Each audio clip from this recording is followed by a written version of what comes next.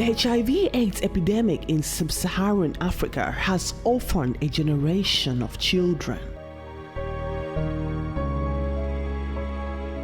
In fact, it now seems set to orphan several more generations with its curse. Today, over 25 million children under the age of 15 living in sub-Saharan Africa have been robbed of one or both parents by the dreaded effects of HIV/AIDS. As such, anywhere from 15 to 25% of the children of these sub-Saharan African countries will be orphans due to HIV/AIDS.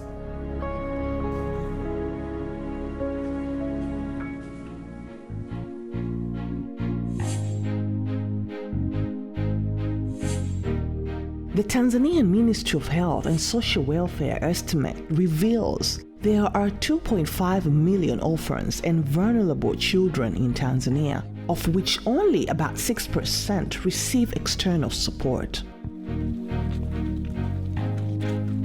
Orphan children face a lot of challenges as they lack basic facilities of education, health, and food, as well as proper parental care, which every child so richly deserves. According to UNICEF Tanzania, there are 3 million children suffering from stunting, a silent emergency.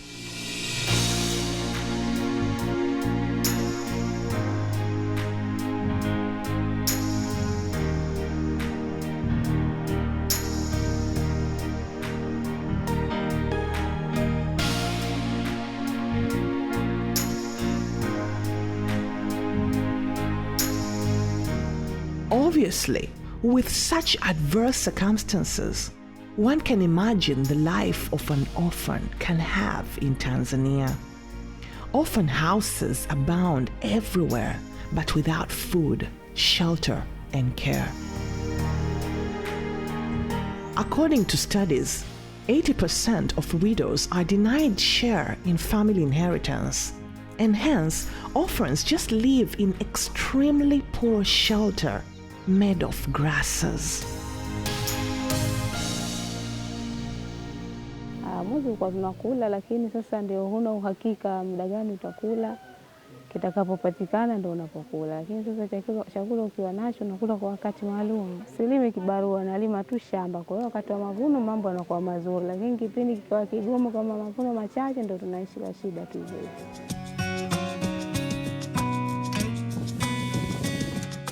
Islamic Help Orphan Care Program provide poor orphans with monthly food, proper housing, and education support to ensure a decent future for these unfortunate children. I'm in a remote village in Pangani, Tanzania, where due to climate change and environmental degradation, families have not been able to provide food for their children. Islamic Help is here providing their monthly food distribution to the most vulnerable and impoverished children. They provide rice, beans, and oil each month. Islamic Help is ensuring that these orphan children are provided a chance to live and build their future without any fear of deprivation.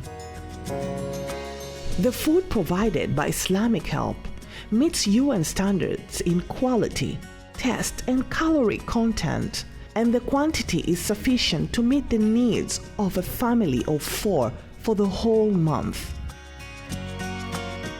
Till date, Islamic Help has been able to provide succor and help to 500 orphan families. But there are thousands of orphans still waiting for help and support for their nourishment. Please visit Islamic Help to sponsor a child in Africa.